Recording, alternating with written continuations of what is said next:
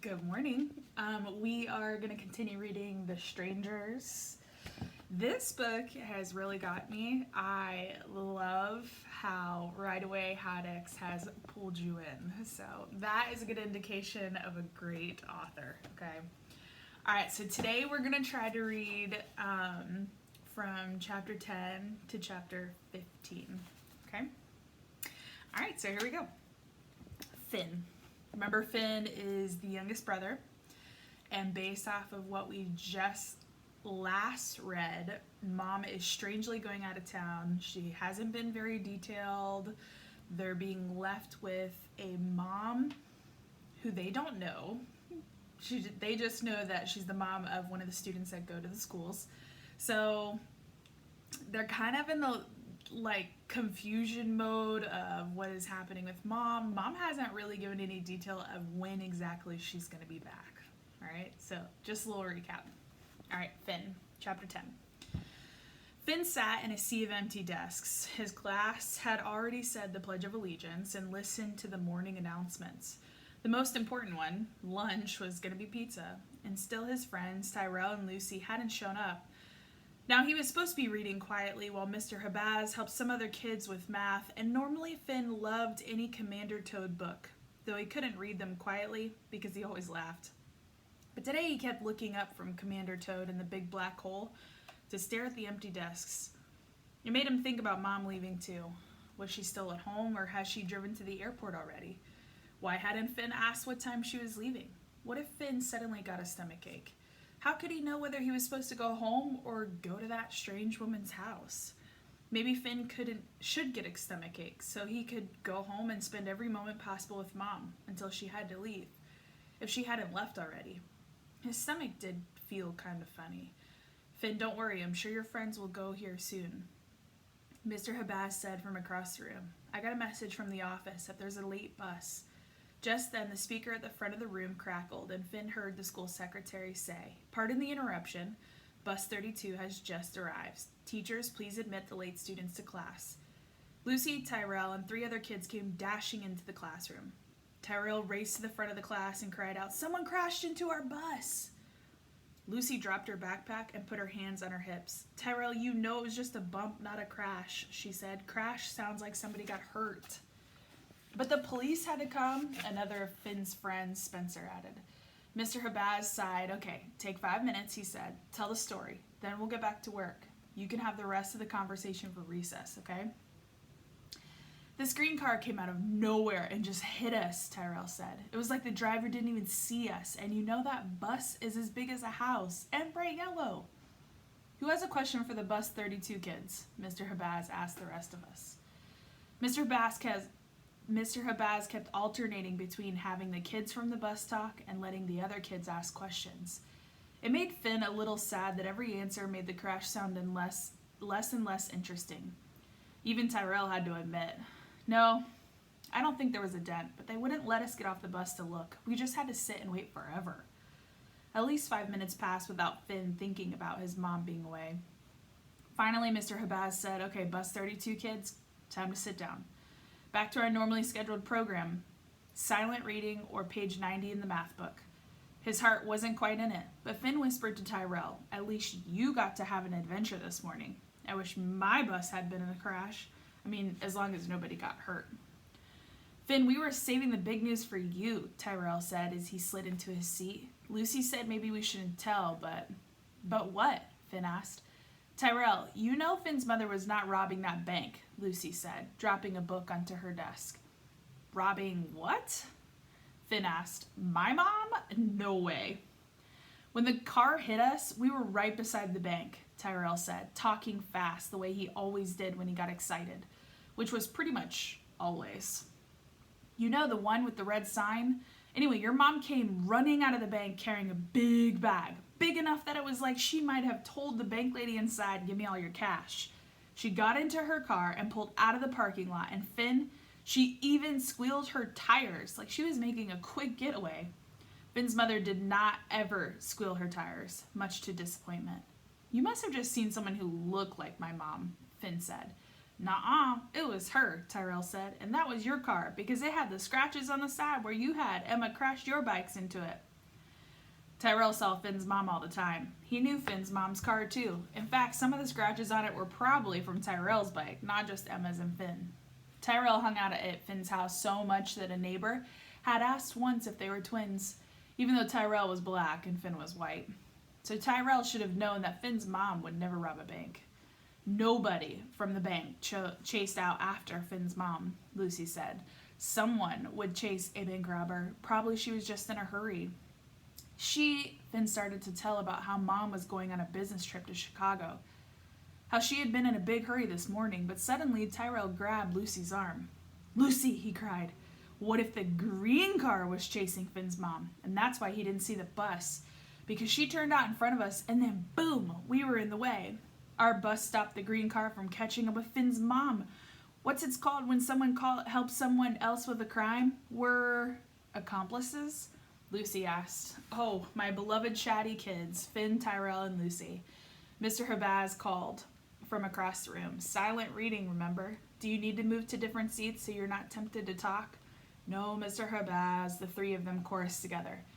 Finn, Tyrell, and Lucy all bent their heads over their desks. Finn tried very hard to look like he was reading about Commander Toad standing on the front edge of the black hole, but the words swam before his eyes. "Don't listen to Tyrell's crazy stories," Lucy whispered. She had special skills when it came to not getting caught talking. She kept her eyes down, made it look like she was just moving her lips as she read. "I know your mom wouldn't rob a bank. Tyrell knows that too. He's just having fun." "It's not fun today," Finn wanted to say. "Not when my mom's going away and when kids with the same name as Chess and Emma and me got kidnapped and..." He didn't let himself think about anything else that might not be fun. But he still couldn't make himself read. He just sat there, staring at pictures of black holes. 11. Emma. When Mrs. Morales came to pick up the 3 Greystone kids at the end of the day, she was wearing a lot of makeup and hairspray. She also had on high heels, dramatically flared black pants, and a frilly blouse with swoopy sleeves. Emma thought that if it were winter time, Mrs. Morales could lie down on the ground in the outfit and make snow angels without even moving her arms. "And your mother tells me your favorite food is succotash?" Mrs. Morales was saying. "Yes, ma'am," Chess said. Then his face turned bright red. Emma wasn't sure if it was because he had to claim in public that he liked lima beans, or if he was afraid someone else in school would overhear their secret code word. Or maybe it was just because he was 12. Mom explained that sometimes when kids got into 6th or 7th grade, they started getting embarrassed easily. She'd explained to Emma and Finn when Chess was at a friend's house, and Emma and Finn had thought this news was hilarious, and they both told Mom. "That is never going to happen to us." Emma wasn't embarrassed, but it felt really weird to talk out the school door with Mrs. Morales. Mrs. Morales' clothes might as well have been shouting, "Hey everybody, look at me."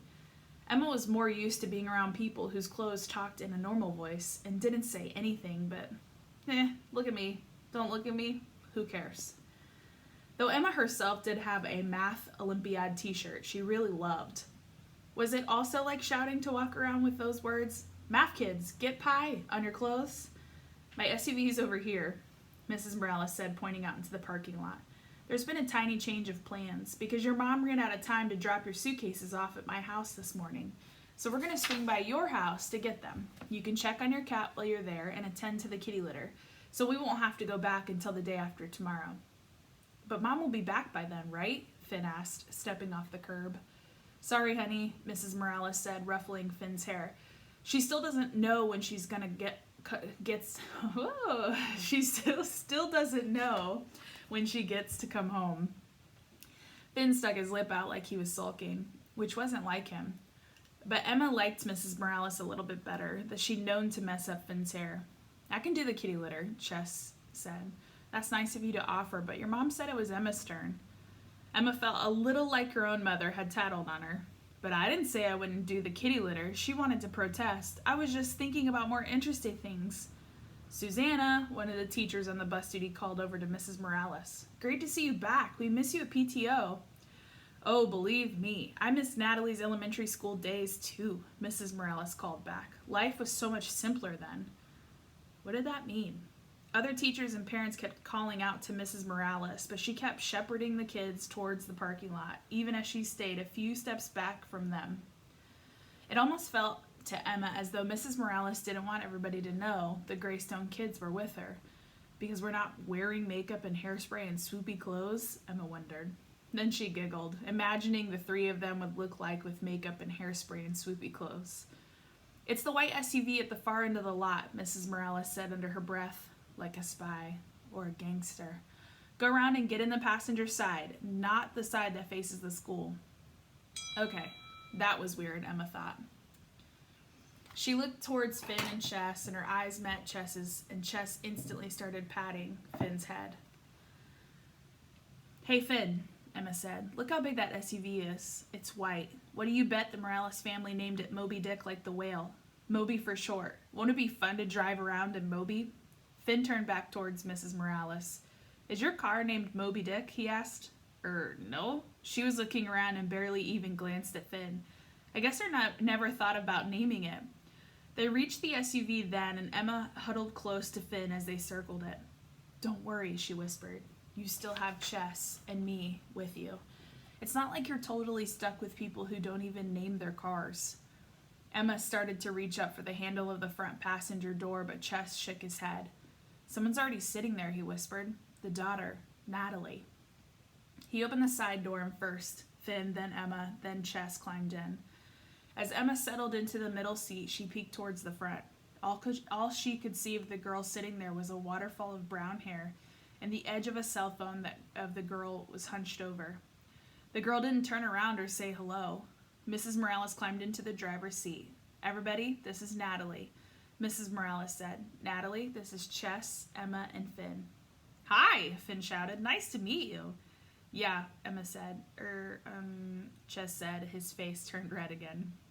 Natalie might have made the kind of grunting noise prehistoric cave people made to one another before anyone invented language.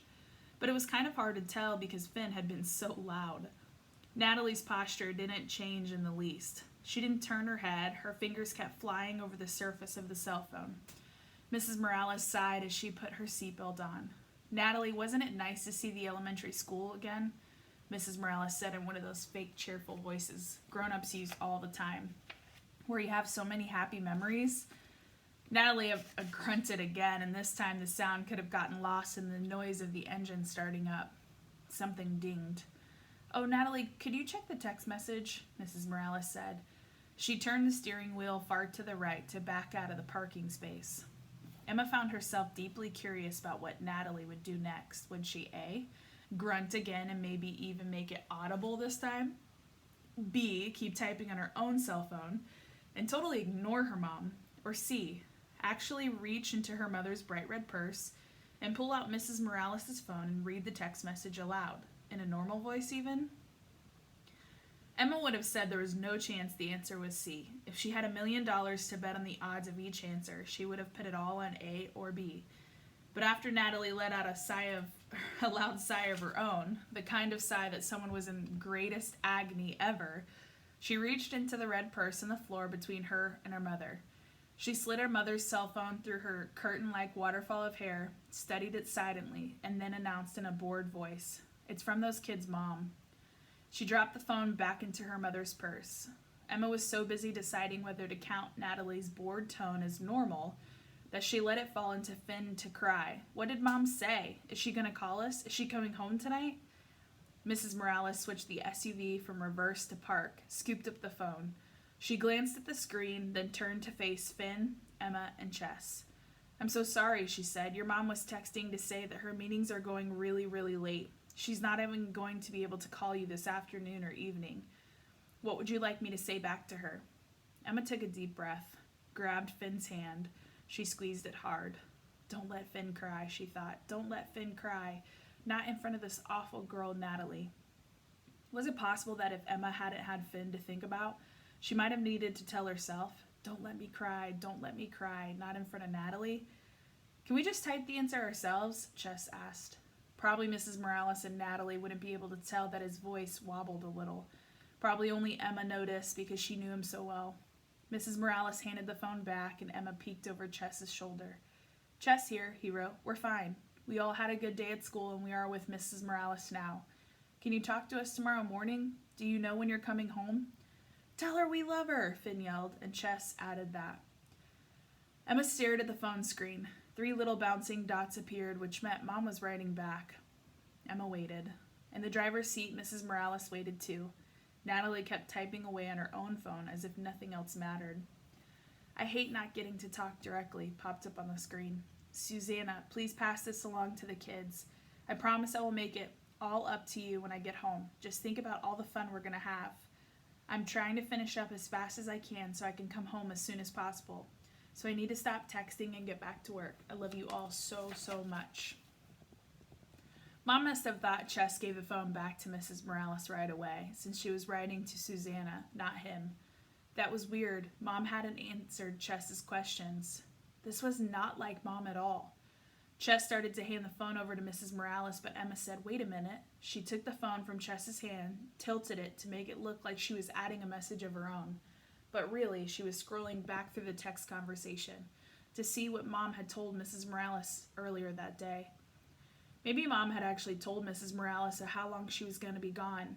It was just such a horrifyingly long time that no one wanted to break the news to the kids. Well, Emma would rather know. But Emma reached the top of the text conversation between Mom and Miss Morales. The only texts from Mom were the ones she just sent this afternoon about how she didn't have time to call. What did that mean? Maybe Mrs. Morales is just one of those people who deletes text messages right after she reads them, Emma told herself. Or maybe she has a work phone, a personal cell phone. All the other messages were on that phone. Or maybe there was something really weird going on. We aren't being kidnapped, Emma told herself, not like the kids in Arizona. Mrs. Morales knew the code word. Mom arranged for her to pick us up. She told us so. But none of those thoughts were comforting. After Emma gave the phone back and Mrs. Morales turned back towards the drive, Emma slipped her other hand into Chess. She was now clinging to Finn on her left and Chess to the right. Whatever was going on, or at least they could deal with it together. 12. Chess. Mrs. Morales' daughter, Natalie, was a lip gloss girl. Chess hadn't recognized her until he heard her voice. He still hadn't seen her face and hadn't figured out until she spoke that she didn't have the same last name as her mom, and her real name was Natalie Mayhew. Natalie Mayhew and the other lip gloss girls had kind of run the whole school last year, before they moved on to middle school. There had been a moment last spring when Chess was out at recess, pretending to be part of a baseball game, but not pretending very hard, because nobody was actually going to hit that ball that far into the outfield. Natalie and 3 other lip gloss girls had walked over to him, and one of them said, "You know, you're kind of cute." And then Natalie had added in a scornful voice, for a 5th grader anyway. What was Chess supposed to say to that? Chess didn't say anything, and the 4 girls had walked away, all of them with hair rippling down their backs like they were princesses in some Disney movie. For weeks after that, Chess had tried to figure out what he should have said. Would thanks have sounded conceited? Would you're really pretty too have sounded like he was a jerk? If he tried to say something, could he have gotten the words out without snorting or belching or stammering or doing something else that made him seem like a little dork? It was probably a good thing that he just stayed silent, but Chess had wondered if that moment was something he could have talked about with his dad, if his dad had still been alive. Dad probably would have been able to give him all sorts of advice about how to talk to girls. Of course, Chess could have just asked his mom, but it wasn't the same. Now Chess was sitting in the SUV with Natalie Mayhew, and his little sister was holding his hand. And over on the other side of Emma, Finn was holding her hand. So the 3 of them probably looked really, really little kids going off to preschool or something like that. Chess felt his face go hot again. He was not going to let go of Emma's hand just because Natalie Mayhew was sitting in the front seat and could turn around at any minute and see him. She probably wasn't going to turn around anyhow.